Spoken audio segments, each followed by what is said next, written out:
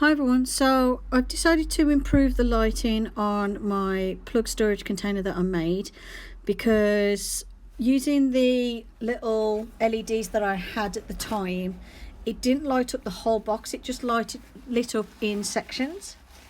So what I did was I removed the extra wood and the previous LEDs that I used, and I also picked off the excess hot glue just to move that out of my way, and that made it so that the LED strip would fit.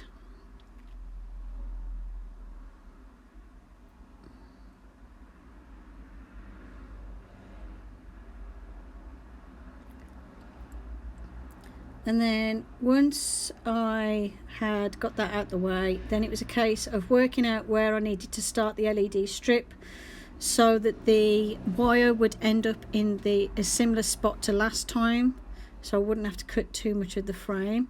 But as you can see, the LED strip fits perfect in the gap between where the little rack system is that I made and the outer edge of the frame.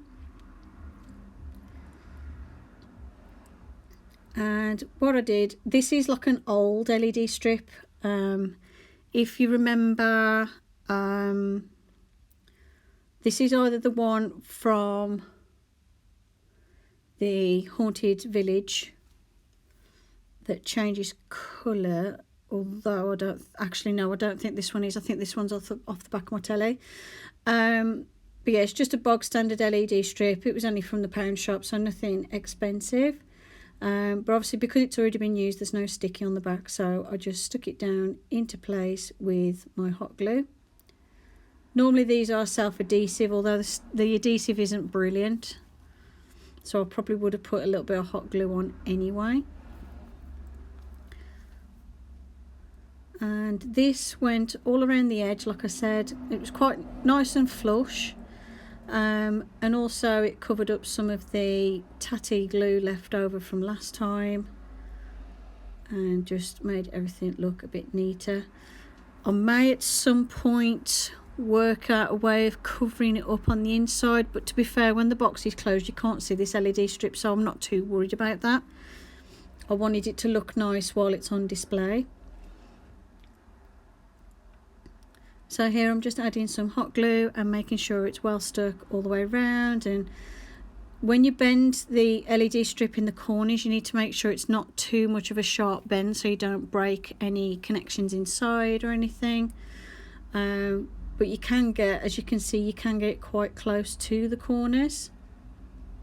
And then what you do is between where there's some points marked on the strip where you can cut it without causing the rest of the strip to go off, because obviously it's designed to be trimmed down to fit to size. So you'll see after a bit I'll snip off some excess LED strip and then glue the end down in place, and this just makes sure that it fits and it's not going to hang outside the box or look weird, because there's no space to put like 2 rows or anything. It was just enough space for the one layer of the LED strip all the way around, which is what I did. So here I've just trimmed off the edge and I'm just sticking the edge down. Sorry it's off camera a bit, my camera wasn't placed in quite the right position. So as you can see, I'm just checking that the LEDs still work. I did this periodically while I was setting this all up. And then what I needed to do was trim the wood so I could get the wire through. Obviously when you're doing this, make sure that you're not going to cut into the LED strip or anything, and just make sure it's in a position where the wire can bend, because you don't want to bend the wire at too sharp of an angle. You want to be able to get it through. So once I was able to get it through that little notch that I created, you can see it looks like this. So it makes the whole box glow instead of just little parts like last time. So I'm a lot happier with this LED strip.